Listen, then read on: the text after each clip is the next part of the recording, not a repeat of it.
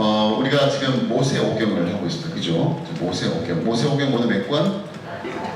예, 오경이니까 당연히 5개겠죠. 제가 원래 쉬운 것만 잘 물어봅니다. 모세오경은 5권으로 되어 있습니다. 창세기, 출애굽기, 레위기, 민수기, 신명기 5권인데 쉽게 말해서 이 모세오경의 첫 출발은 어디여야 한다고 그랬죠? 네? 어디? 네, 출애굽기. 모세오경의 출발은 출애굽기여야 한다. 그렇게 말씀드렸습니다. 왜냐하면 우리가 생각할 때는 성경이 창세기부터 시작됐으니까 당연히 우리가 창세기부터 쭉 이렇게 우리는 읽어가면 됩니다. 우리는 그렇게 읽으면 돼요. 왜냐하면 우리는 이 세상이 어떻게 창조되었는지, 어떻게 죄가 들어왔는지, 또 어떻게 우리가 구원이 필요한지 이런 것들을 우리가 체계적으로 보기에는 창세기부터 보는 게 참 편합니다. 그죠? 굉장히 편해요. 우리 다 알고 있으니까 이미. 근데 이스라엘 백성들은 아니라는 거죠. 이스라엘 백성들은 지금 430년 동안 이 애굽이라는 곳에서 거의 뭐 노예처럼 그렇게 일하고 있습니다. 그렇게 살아가고 있는 상황에서 갑자기 모세가 등장해서 저기 가야 된다, 가나안으로 가야 된다라고 말해야 되니 그 말을 하려면 너희들이 어디에 있는지를 먼저, 왜 여기 있는지를 알아야 되는 거죠. 그거 설명하려고 뭐가 있었다? 창세기가 있었다. 근데 그거 설명하려고 창세기가 필요했던 거예요. 너희들이 있을 곳이 아니다. 여기는 너희가 있을 곳이 아니라 너희들이 따로 가야 될 곳이 있는데 그곳이 바로 가나안이라는 곳이다 라는 걸 설명해 주려고 창세기가 필요했다는 거예요. 그러니까 모세오경의 첫 시작은 출애굽기부터 시작해서 창세기를 통해서 그들로 하여금 자기들이 어떤 존재고 우리가 가야 되는 것은 어딘지를 분명히 알게 하는 목적이 창세기에 있었다. 그렇게 볼 수 있고, 그래서 이 모세오경에 있어서 가장 첫 출발은 출애굽기인데, 이 출애굽기는 쉽게 말하면 역사도 들어가 있고 거기 어떤 뭐 율법이라든지 또 성막이라든지 이런 내용을 이렇게 담아놓은 그런 부분도 다 있지만, 출애굽기는 어쨌든 어떤 스토리로 되어져 있습니다. 그죠? 스토리로 되어져 있고, 그리고 난 다음에 이제 레위기가 나오는데, 레위기는 쉽게 말해서 제사 제도를 이제 집중적으로, 그러니까 쉽게 말하면 이스라엘 백성들이 이제 가나안으로 가는 여정 속에서, 광야길을 걸어가는 여정 속에서 그들이 받았던 율법과 제사 제도의 내용만 따로 딱 별책 부록처럼 그렇게 따로 붙여놓은 것이 레위기다. 그 다음에 이제 민수기로 넘어가는 거예요. 그러니까 이제 역사가 출애굽기부터 시작돼서 레위기는 별책 부록처럼 제사 제도나 율법에 대해서 다 포함이 되어 있고, 그 다음에 민수기로 넘어가서 또 거기서 역사가 시작되고, 마지막 신명기에 가가지고 이제 바로 가나안을 코앞에 두고 이제 마지막으로 모세가 이스라엘 백성들에게 당부하는 그런 내용으로 모세오경이 쭉 흘러가 있습니다. 그러니까 모세오경은 뭐 복잡한 내용의 책들이 막 모여있는 것처럼 보이지만 아주 심플합니다. 애굽에 살던 이스라엘 백성들, 하나님의 약속의 자손인 이스라엘 백성들이 원래 가야 했던 가나안으로 가게 하는 모든 여정 가운데 일어난 일들을 담아놓은 책이 바로 뭐다? 모세오경이다. 그렇게 이해하시면 되겠습니다. 그래서 오늘은 출애굽기 부분을 이제 한번 다 다뤄보도록 그렇게 하겠습니다. 다음 거 보겠습니다. 출애굽기가 모두 몇 장이죠? 다 나왔는데 사실 저는 항상 답을 이렇게 얘기하고 있습니다.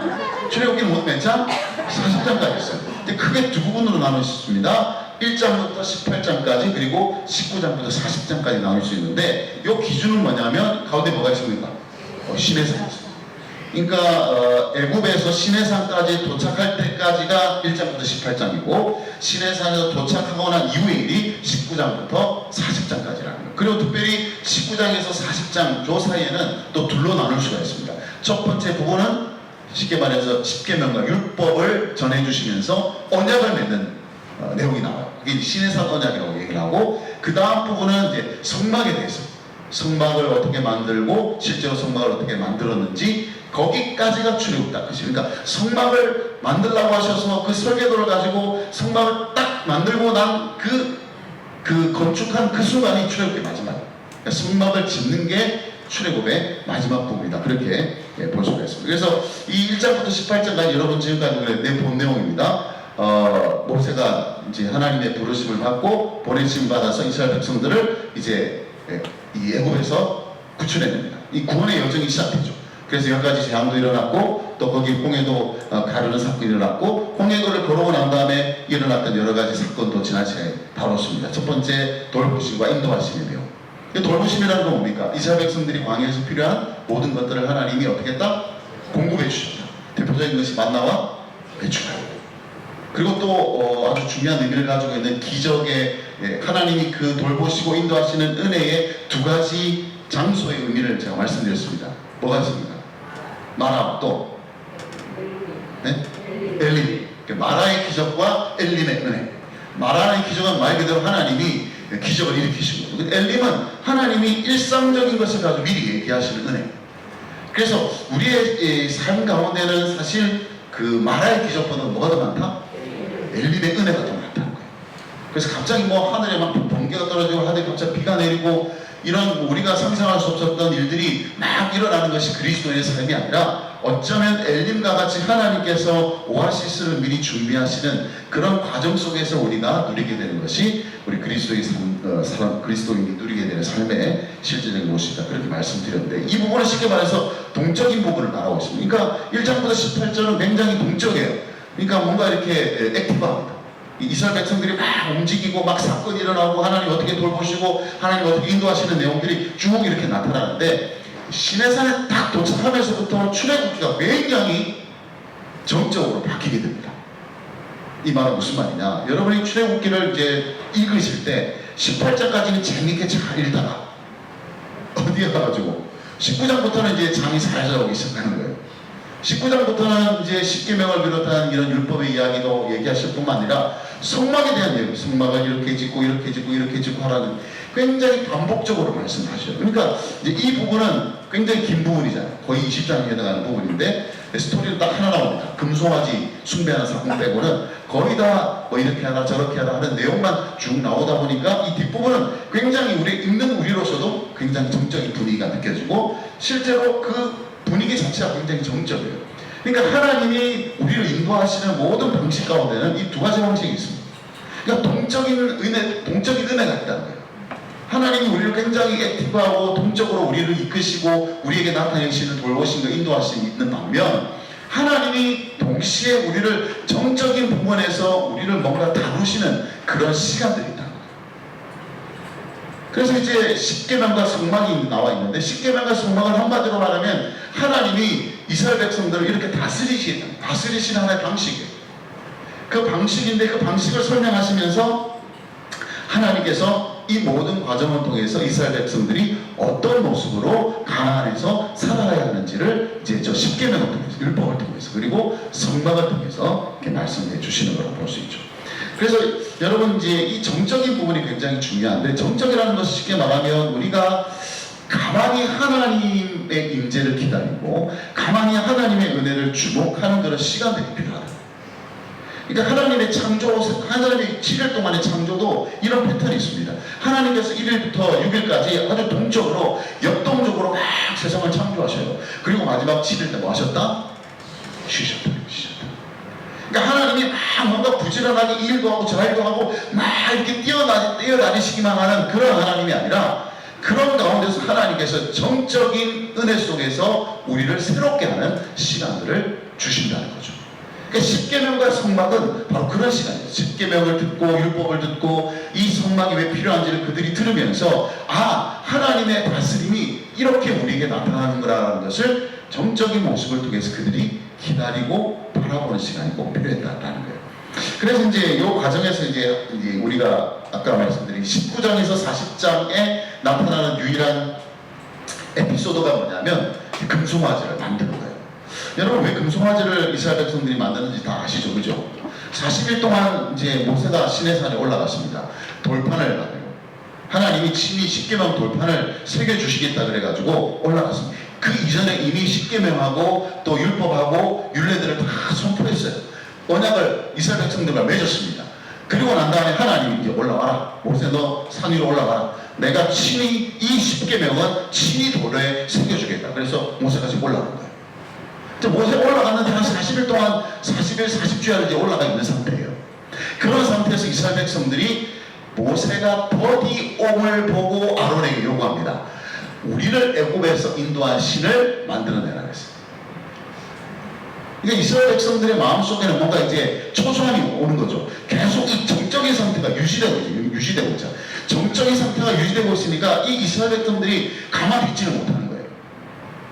그래서 사실 모세가 있었다면 문제는 달라요. 왜냐하면 이스라엘 백성들은 모세를 어떻게 생각했냐면 일반적인 지도자로 생각한 것이 아닙니다. 이스라엘 백성들에게서 모세는요, 쉽게 말해서 하나님과 이 중간 역할을 하는 중재자예요. 그러니까 모세를 통하지 않고는 어떻게 할 수 없는 그런 존재라는 것을 이스라엘이 압니다. 그러니까 하나님의 능력이라는 것이 그냥 뚝 떨어지는 것이 아니라 하나님의 능력이 희한하게 모세를 통해서 나타나더라, 이걸 보는 거예요.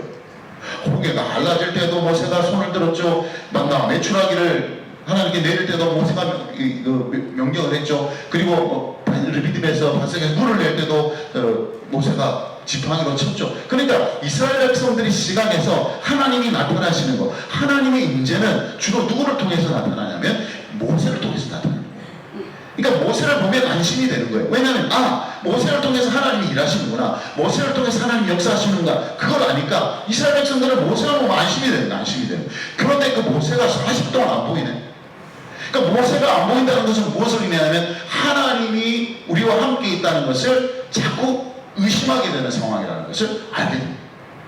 그러니까 모세가 우리가 생각할 때는 뭐 위대한 지도자 이 정도, 아주 뭐 출애굽을 이끈 지도자 정도로 우리가 생각하지만, 여러분 모세는 이스라엘 백성들에게서 굉장히 절대적. 마치 하나님의 준하는, 모르긴 해도 이스라엘 백성들이 아마 애굽에서 바로 왕을 보았던 그런 사람들이라면 저는 그런 생각을 해요. 이스라엘 백성들이 마치 애굽에 있을 때 바로 왕을 보듯이 모세를 보지 않았겠느냐, 그런 생각을 하는 거예요. 왜냐하면 바로 왕 자체가 이스라엘에서는 애굽 신들의 어떤 현현으로 봤기 때문에, 신들이 신의 형상으로 봤기 때문에 그만큼 바로 왕을 절대적으로 봤다는 거예요.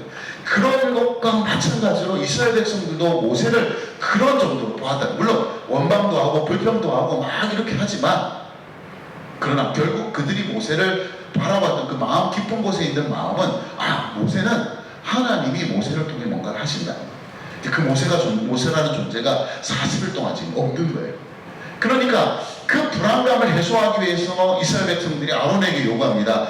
모세는 지금 우리에게 나타나지도 않으니 이제 하나님이 우리와 함께 하신다는 증거를 보여줄 신을 만들어라는 거예요. 그래서 만든 게 뭐다? 금송아지야, 금송아지. 왜 하필은 금송아지냐? 뭐 지난 애굽의 신들에 대해서 많이 얘기를 했겠지만, 애굽뿐만 아니라 그 고대 근동에 있어서 신을 동물로 표현할 때 주로 뭘로 표현을 많이 했냐면 황소로 표현을 많이 했어요. 황소. 물론 뱀으로도 표현한 경우도 있지만 황소로 표현을 많이 했어요. 여러분, 그 애굽에서 가장 인기가 있었던 신이 뭐라고 그랬죠? 가장 인기가 있었던 신.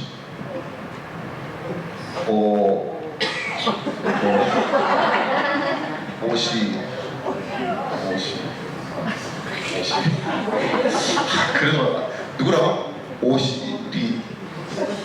오시리스. 기억이 나십니까? 오시리스 왜 이렇게 그 동생한테 죽어가지고 이렇게 막 이렇게 뭐 관에 이렇게 떠내려갔다가 다시 찾아왔는데 12조각 돼가지고 막 온 애굽 천지에 다 뿌려졌다가 다시 부활해가지고, 그 신 기억나십니까? 흰 옷 입는 신. 그래서 그 이스라엘 애굽 사람들은 신들이 굉장히 많은데, 제가 얘기했죠. 애굽의 신들은 베스킨라빈스와 똑같다고 그랬어요. 자기의 입맛에 맞는 신들을 섬기는 거예요. 그러니까 우리가 생각할 때는 그렇지 않습니다. 우리가 생각할 때는 신들이 많이 있어요. 신들이 많이 있으면 가장 인기 있는 신은 누가 돼야 됩니까? 제일 꼭대기에 있는 신, 그죠? 이 세상을 만든 신이 최고 인기 있는 신이 돼야 되잖아요. 그런데 그리스 신도 그렇고 신화도 그렇고 이집트 신화도 그렇고 세상을 창조한 신은 이름도 잘 기억을 못해요. 이집트 신화에도 이 세상을 만들었다고 하는 신이 있어요. 그러니까 쉽게 말해서 이 세상을 존재하게 했던 신이 있단 말이에요. 그런데 이상하게 애국 사람들은 그 신을 숭배하거나 그 신을 좋아하지 않고 이 오시리스라는 신을 좋아하더라는 거예요. 자기들과 굉장히 밀접하다고 생각하니까. 그래서 오시리스를 굉장히 좋아했는데, 오시리스를 표현하는 대표적인 동물이 바로 황소. 아피스라는 그런 황소신도 이집트에 있습니다. 그러니까 이스라엘 백성들이 볼 때는 그 이집트에 있는 그 신을 섬기려고 했던 건 아니에요, 그죠? 지금 이 이스라엘 백성들의 마음에는 지금 모세가 없으니까 우리가 애굽에 있는 새로운 신을 우리가 만들어서 섬기자, 그게 아니에요. 그들도 이미 지금 계속 모세로부터 들어왔어요. 너희 조상의 하나님이 아브라함의 하나님, 이삭의 하나님, 야곱의 하나님께서 이제 너희들을 약속대로 지금 가나안으로 인도하신다는 얘기를 계속 들어왔단 말이죠. 그냥 하나님에 대한 얘기를 계속 들었지만 하나님의 모양, 하나님의 형상에 대해서는 본 적이 없어요. 본 적이 없어요. 그저 모세를 통해서만 하나님이 일하시는구나, 하나님이 우리와 함께 하시는구나, 하나님이 우리 가운데 임하시는구나, 그걸 알 뿐이지 그들의 눈으로 보이는 게 하나도 없었다. 애굽에 있을 때고 너무 다르잖아요. 그러다 보니까 지금 이스라엘 백성들의 마음에는 지금 우리를 인도해낸, 애굽에서 인도해낸 그 하나님이라는 것은 분명히 알지만 그 하나님이 우리 가운데 있다는 것을 보여줄 증거가 필요하다는 거예요. 그래서 신을 만들어내라. 그래서 만든 게 금송아지. 아마 아론도 그래서 이제 금송아지를 만들었는지 모르겠어요. 자기도 애굽에 있으면서 늘 보던 것이 그런 거니까. 그런 중간 역할을 하는 동물을 이렇게 만들어내면 만족할 것이다 생각했으니까 아마 금송아지를 만들었어요. 어쨌든 뭐냐면 이 금송아지의 의미는 뭐냐면 이스라엘 백성들이 더 기다릴 수가 없는 거예요. 저 정적인 상황 속에서 하나님께서 자신을 드러내기 위해서 기다리게 하시는 그 상황들을 참지를 못하고 인내하지 못하는 가운데 요구했던 것이 바로 금송아지였다. 그런데 아이러니하게도 이 모세가 그 시내산에서 두 돌판에 다 그 새겨 가지고 나올 때 그 십계명 저 첫 번째 보면 첫 번째, 너는 나 외에는 다른 신들을 내게 두지 마라. 그러면서 또 무슨 말씀하죠? 그 어떤 형상도 만들지 말라. 그 어떤 형상도 만들지 말라고 돌판에 하나님이 새기는 그 시간에 이스라엘 백성들이 뭘 하고 있었다? 금송아지를 만들어서 형상을 만듭니다. 하나님이 우리와 함께하는 것을 확인할 수 있는 눈에 보이는 것을 누가 만들었냐면 이스라엘 백성들 스스로가 만들었다는 거예요. 그래서 흥미롭습니다. 여러분, 성막을 만드는데 성막에서 가장 중요한 지역이 어디입니까? 지성소, 그죠? 지성소 안에 뭐가 있다? 언약궤가 있어요. 언약궤가 있는 언약궤 안에 뭐가 들어가 있다? 십계명 두 돌판이 들어가 있습니다. 하나님이 신을 의미하는 그 어떤 형상도 만들지 말라고 하시면서 두 돌판만큼만 이스라엘 백성들이 주셨다는 거죠. 돌판. 거기 뭐가 새겨져 있습니까? 하나님의 말씀이 새겨져 있다. 그러니까 이스라엘 백성들이 하나님이 우리와 함께 계시는구나, 하나님이 우리 왕이시구나라는 것을 그들이 뭘 보고 알아야 되냐면 그들에게 주신 뭘 보고?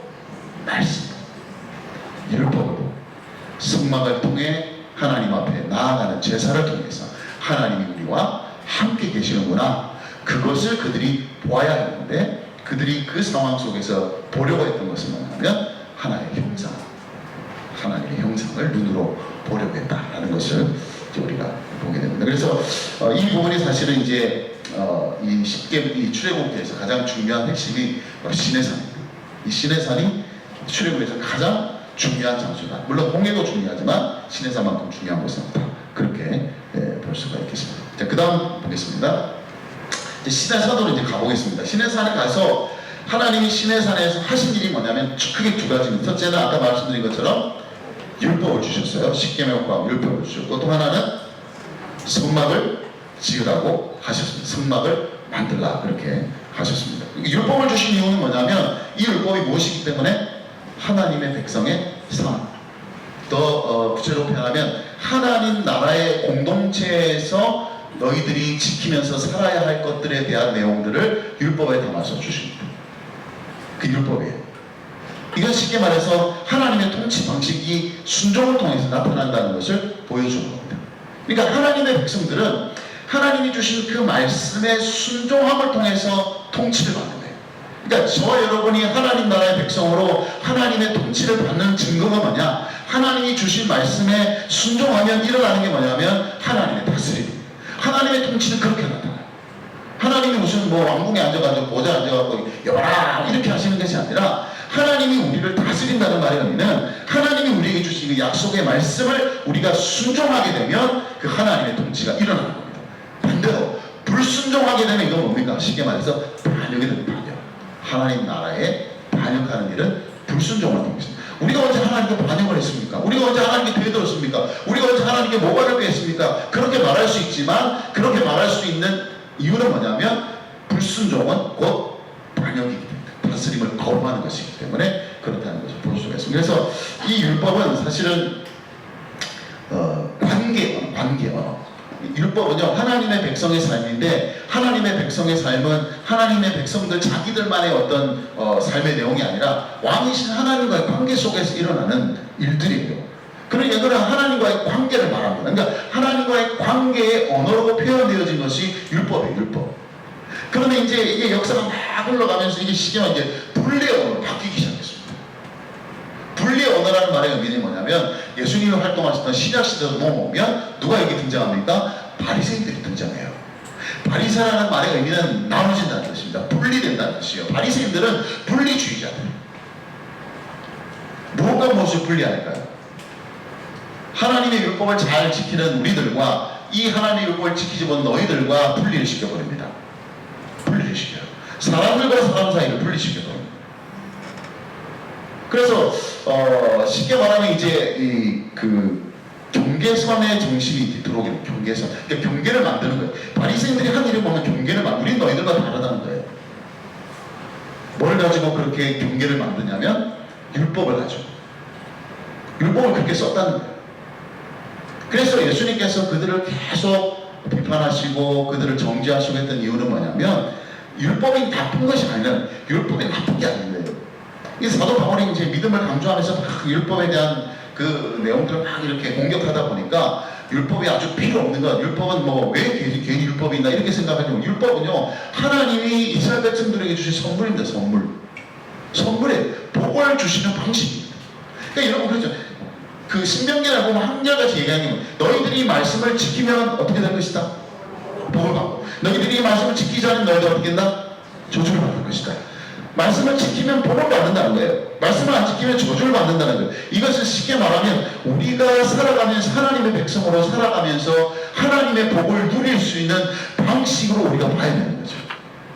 이거를 누군가를 가르기 위해서 이것을 사용해서는 안 되는데 이 바리새인들은 그렇게 사용했다는 거예요. 이게 이제 첫 번째 신의 사에 주신 율법의 의미고요. 또 두 번째 이제 성막을 왜 주셨는가? 성막은 하나님과의 관계를 형성하기 위해서 성막이라는 제도를 주셨습니다. 이 무슨 말이냐면 여러분 에덴 동산에 있을 때는 하나님과 인간이 그냥 자유롭게 만날 수 있었죠, 그죠? 저렇게 만날 수 있었어요. 뭐가 없었으니까? 죄가 없었으니까. 거긴 죄가 없었으니까 숨을 이유가 없어요. 여러분 에덴 동산에서 아담과 하와가 범죄하고 난 다음에 제일 먼저 한 행동이 뭐다? 숨었다. 누구를 피해서? 하나님을 피해서 숨었다. 그러니까 죄는 1차적으로 어떤 일을 일으키냐면 하나님으로부터 도망가는 거예요. 하나님으로부터 숨게 되는 것이 죄입니다. 그러니까 하나님과 만날 수 없게 만든 것이 죄예요. 그러니까 에덴 동산은 죄가 없었을 때는 하나님과의 만남이 굉장히 자연스럽습니다. 이상할 게 하나도 없어요. 그 사이에 뭐 거리낄 게 하나도 없습니다. 그런데 죄가 딱 들어오니까 더 이상 인간이 하나님 앞에 설 수가 없어요. 그래서 결국 그들이 에덴 동산에서 나와야 했다는 거죠. 나와야 사는 겁니다. 거기 있을 수가 없어요. 그게 이제 에덴 동산에서부터 시작된 인간의 역사로 이게 쭉 흘러났다면 그 죄가 계속 흘러오는 가운데서 하나님이 아브라함을 부르시고 언약의 백성을 부르시고 지금 여기까지 왔단 말이죠. 그러면서 보여주시려 하는 방법이 뭐냐면 하나님이 원하시는 구원은 뭐냐면 다시 그 관계를 회복시키겠다는 거죠. 다시 하나님과의 만남이 가능해지게 하겠다는 거예요. 그렇게 하기 위해서 해결해야 될 게 뭐냐면 죄라는 거죠. 죄. 그래서 그 죄를 해결하기 위해서 세우신 것이 바로 성막이고 제사였다는 거죠. 성막을 통해서 제사를 통해서 인간이 하나님 앞에 설 수 있는 방법을 하나 제시해줬다는 거죠. 이것은 쉽게 말해서 오늘날 우리 예수 그리스도를 위한 하나의 모형이죠. 그림자죠. 모델이죠. 그래서 히브리서는 이 성막이나 제사를 통해서 예수 그리스도의 의미를 밝혀내고 있습니다. 그러니까 구약에서 예수 그리스도를 본다는 것은 바로 이런 성막을 통해서 하나님의 의도와 계획을 보는 거죠. 하나님이 원하시는 건 뭐냐면 다시 만나주시는 거예요. 구원이라는 게 딴 게 아니라 아니라 구원은 우리가 뭐 지옥 안 가고 천국 가는 그런 단순한 의미가 아니라 구원이라는 것은 우리가 다시 하나님 앞으로 갈 수 있다는 거죠. 하나님을 만날 수 있다는 거죠. 하나님과의 코이노니아가 일어날 수 있다는 거죠. 이렇게 나오는 방식을 통해서 하나님이 다스리는데 이 다스림을 우리가 뭐라고 얘기하면 예배라고. 예배. 그러니까 하나님의 나라가 하나님께서 하나님 백성을 통치하시는 방식은 두 가지를 통해서 나타납니다. 첫째는 뭐를 통해서? 하나님의 말씀에 순종을 통해서 하나님의 다스림이 나타나고, 하나님을 온전히 예배하는 예배자를 통해서 하나님의 다스림이 나타난다는 거예요. 결국 이게 우리 일주일 아니겠습니까? 우리 일주일이잖아요. 우리가 1일 동안 6일 동안 하나님의 말씀 따라 사는 거예요. 하나님 말씀에 순종함으로써 하나님의 나라의 백성으로 그분의 통치 아래 사는 겁니다. 그리고 우리가 주일날 그 정적인 시간에 세상적인 기준으로 보면 아무것도 안 하는 시간이죠. 일을 안 하니까 아무것도 안 하는 그 시간에 우리는 뭘 하냐면 하나님을 예배합니다. 하나님 앞에 나가는 거죠. 하나님 앞에 온전히 집중해서 그분께만 나아갈 수 있는 시간을 가지는 거예요. 이게 바로 예배는 하나님의 두 번째 다스림의 방식, 예배라는 것을 우리가 보게 됩니다. 그래서 시내산에서 하나님이 의도하셨던 것은 뭐냐면 이제 가나안 땅에 들어가면 너희들이 살아내야 될 삶이 이런 것이다 라는 걸 보여줄 거죠. 너희들이 나를 예배하면서 나를 순종하면서 그 땅에서 살아야 된다. 그게 하나님의 뜻이었습니다. 그런데 여기서 이제 중요한 게 뭐냐면 율법에 한 번 더 요 이제 그림이 이 순서가 중요하다는 게 여기 있습니다. 여러분 위에 그림은 시내산, 위치적으로 만약 시내산이 먼저이고 그 다음에 홍해였다. 이렇게 되면 쉽게 말해서 율법주의가 여기서 나오는 거죠. 시내산에서 말하는 하나님의 율법은 뭐가 되냐면 구원의 조건이 되는 거예요. 너희들이 이 모든 것들을 다 지켜서 순종하면 뭐가 일어난다는 거예요. 홍해에서 너희들이 구원받게 되는 구원이 일어날 것이다 라고 생각하는 거예요. 그러니까 쉽게 말하면 율법은 우리가 구원받는 조건이 되어버린 거죠. 이게 지금 사도 바울이 그렇게 공격했던 율법에 대한 내용. 율법으로 구원받는 게 아니라는 거예요. 시내산 때문에 우리가 구원받는 게 아니라는 거예요. 그들이 구원받는 것은 하나님의 약속 때문이다. 아브라함 때부터 주셨던 그 약속 때문에 그들이 구원받는 것이고, 그래서 너희들이 시내산에서 하나님의 백성으로서의 삶을 배우는 것이다. 그러니까 이렇게 되면 시내산이 먼저 보면 홍해가 오겠죠. 우리의 패턴은 밑에. 홍해가 먼저 있고 시내산이 있잖아요. 그들이 먼저 홍해를 건너고 난 다음에 시내산으로 간 거잖아요. 그러니까 10가지 재앙을 하나님께서 주시면서 그들을 구원해내셨다는 거예요. 구원이 먼저라는 거죠. 왜? 약속하신 약속의 백성이니까. 아브라함 때부터 약속하셨던 약속의 백성이니까 하나님께서 그들의 부르짖음을 들으시고 그들을 건져내셨어요. 구원을 먼저 하셨단 말이죠. 그래서 구원의 은혜를 홍해에서 베풀어 주십니다. 그리고 난 다음에 시내산으로 가시죠. 시내산으로 가면 그곳에서 주시는 것도 역시 은혜라는 건데, 그 은혜는 뭐냐면 존재 은혜라는 거예요. 어떤 존재는 하나님의 백성으로 산다는 것이 무엇을 의미하는지, 그것이 얼마나 복된 일인지를 율법을 통해서 보여주시겠다는 거예요. 성막을 통해서 보여주시겠다는 거예요. 그래서 시내산은 존재 은혜라는 것을 우리가 보게 됩니다. 그래서 말씀도 마찬가지고, 율법도 마찬가지고, 이 성경 읽을 때 말씀도 마찬가지고, 이 말씀은요, 우리가 이걸 지켜야 구원받고, 그래서 우리에게 주어진 말씀이 아니에요. 우리는 믿음으로 구원을 받습니다. 약속하신 것을 믿음으로, 예수 그리스도를 통해서 생명을 주시겠다는 그 약속의 말씀을 믿음으로 우리는 구원을 받는 거예요. 그리고 우리에게 주어진 게 뭡니까? 말씀이다. 말씀. 너희들이 말씀 따라 살아야 된다. 왜냐하면 하나님의 자녀니까, 하나님의 백성이니까. 그렇게 살면 하나님이 너에게 은혜를 주시는, 그것이 바로 우리가 은혜를 드리는 방식이다라는 것을 보게 됩니다. 그래서 이 부분을 통해 이 관계를 여러분 잘 기억하는 것이 중요합니다. 이게 율법에 대한 부분이고, 이제 성막에 대한 부분을 한번 넘어가 보겠습니다. 성막. 자, 성막은 아까 하나님과의 관계라고 말씀드렸는데, 성막에는 이 세 가지가 제일 중요합니다. 성막에는 뭐가 중요하냐면, 성막은 하나님 나라의 목적이 뭔지를 보여주셔요. 그게 뭐냐? 영광이에요. 영광. 성막에는 항상 뭐가 나타나느냐? 하나님의 영광이 나타나요. 그래서 성막이 딱 지어졌을 때 구름이 팍 거기 임하면서 거기 뭐가 임했다? 하나님의 영광입니다. 그래서 하나님 나라의 목적은 하나님이 영광을 받으시는 거예요. 그게 오늘날 우리가 말하는 예배는 예배. 그 다음에 하나는 뭐냐면 하나님의 임재는 하나님의 임재. 그러니까 성막을 지으셨다는 것은 뭐냐, 하나님이 특별한 장소에 임하시겠다. 하나님은 모든 곳에 다 계시잖아요. 안 계신 곳이 다 없잖아요. 그런데 특별히 하나님이 성막을 만드시고는 내가 그곳에는 특별히 내가 임하겠다. 이스라엘 백성들을 위해서 내가 그곳에 임재하겠다. 그 임재하겠다는 말은 뭐냐면 그들과 교제하겠다는 거죠. 코인원이에요. 이게 하나님 나라인데, 우리가 하나님 나라를 산다는 것의 내용은 뭐냐면 그분과 교제하면서, 그분의 임재를 경험하면서, 그분과 사귀면서 그렇게 살아가는 것이 하나님 나라 백성의 삶이라는 것이고, 성막인 것을 보여준다, 그렇게 볼 수가 있고요. 그 다음에 이제 마지막으로는 인도. 성막이 뭘 의미하느냐, 하나님의 인도하심을 의미합니다. 나중에 이제 출애굽기 40장 마지막 부분에 나오면 드디어 이제 이스라엘 백성들이 성막을 만들어요. 하나님이 지으라고 하신 대로 다 짓습니다. 다 짓고 나니까 어떤 현상이 일어나냐면 그 성막에 구름이 막 임했어요. 구름이 임하면서 거기 하나님의 영광이 막 거기 나타났습니다.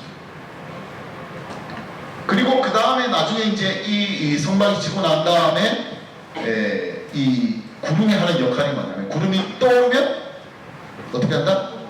성막을 걷어가지고 이동하고, 구름이 안 떠오르고 가만히 있으면 그대로 거기 머물러 있고. 그러니까 이 성막은 무슨 기능을 하는 거예요 지금?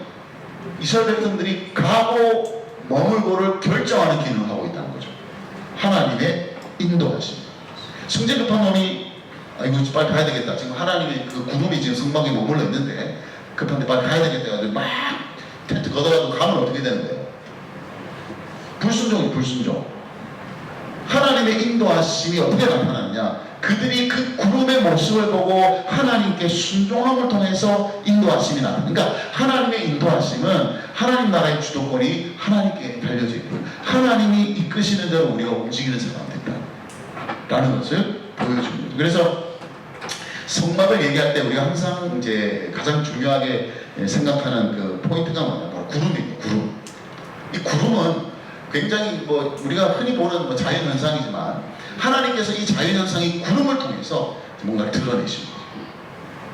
그게 세 가지입니다. 하나님의 영광을 드러내시고, 하나님의 임재를 나타내시고, 하나님의 인도하심을 보여주신다. 이것이 성막이다라는 것을 이렇게 보게 됩니다. 그래서 이제 지금 영상을 잠깐 한번 좀 보겠습니다. 앞에 끝까지 안 보이죠? 앞에 좀 불러주고.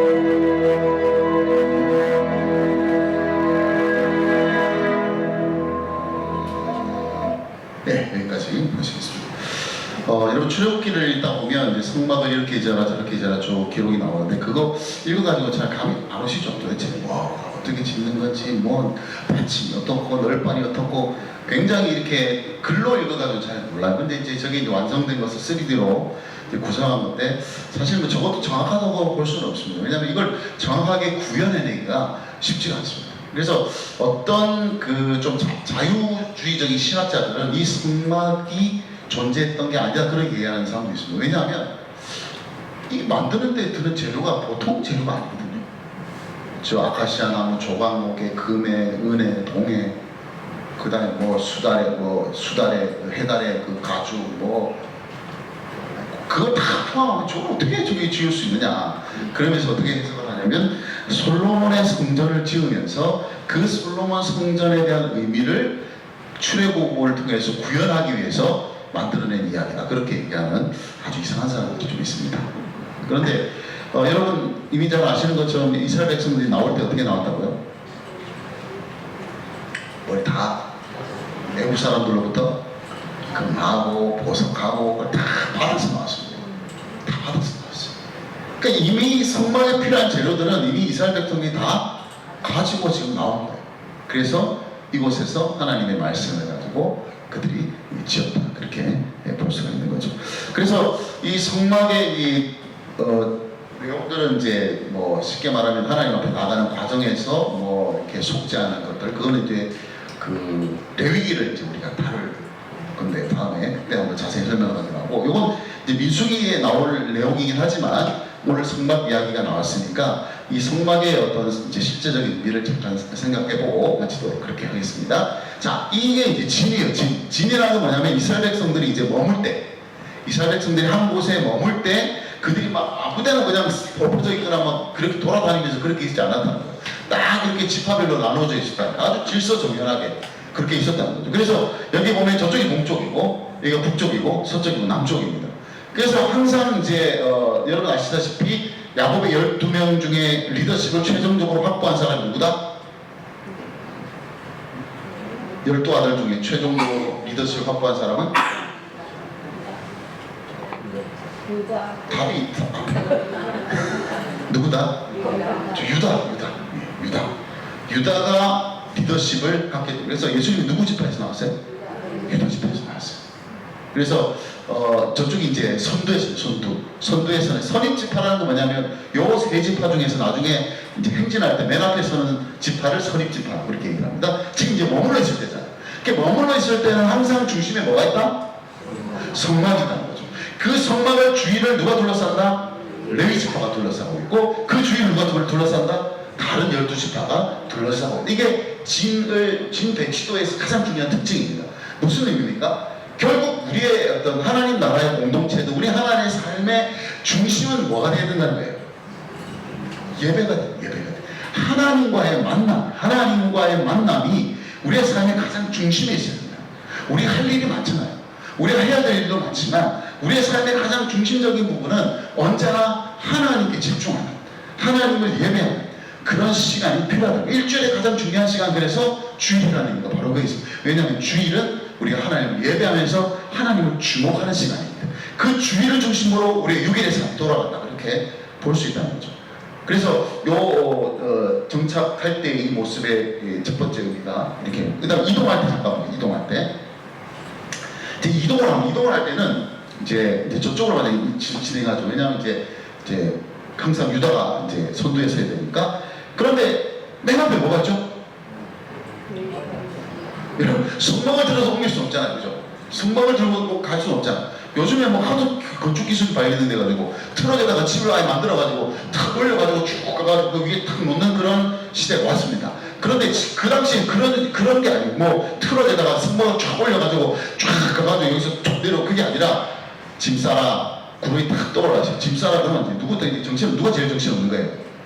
레이 지금부터 정신 없는 거예요. 막 성막 배치하고 막 이렇게 덮는 거 이렇게 막 다 정리해야 되고 뭐 이렇게 기구 같은 거 다 매야 되고, 이제 이 레위인들이 이제 정신 없는 거죠. 뭐 고핫, 게르솜이라기도 하고 게르손이라기도 하고 두 개 같이 씁니다. 요 세 자손들이 이제 성막을 막 거두는데, 그렇게 거두면서 이제 진행할 때 맨 앞에 뭐가 가냐면 뭐가 갑니까? 언약궤가 가요. 맨 앞에 언약궤가 있어요.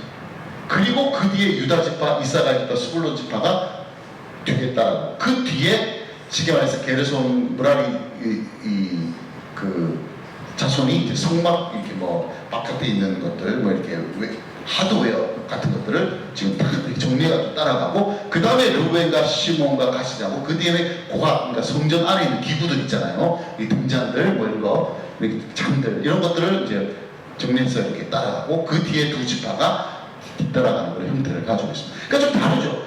그러니까 정착하고 있을 때에 보여주는 것은 그들의 삶의 중심에 뭐가 있다는 것을 우리가 이 도형적으로 볼 때 그게 중심에 예배가 있구나, 성막이 있구나, 이걸 보게 되는데, 우리가 이제 진행하는 것, 움직이는 이 동적인 상황에서 우리가 보게 되면 우리가 도형적으로 볼 수 있는 가장 특이한 점은 뭐냐면 맨 앞에 뭐가 있다는 거예요.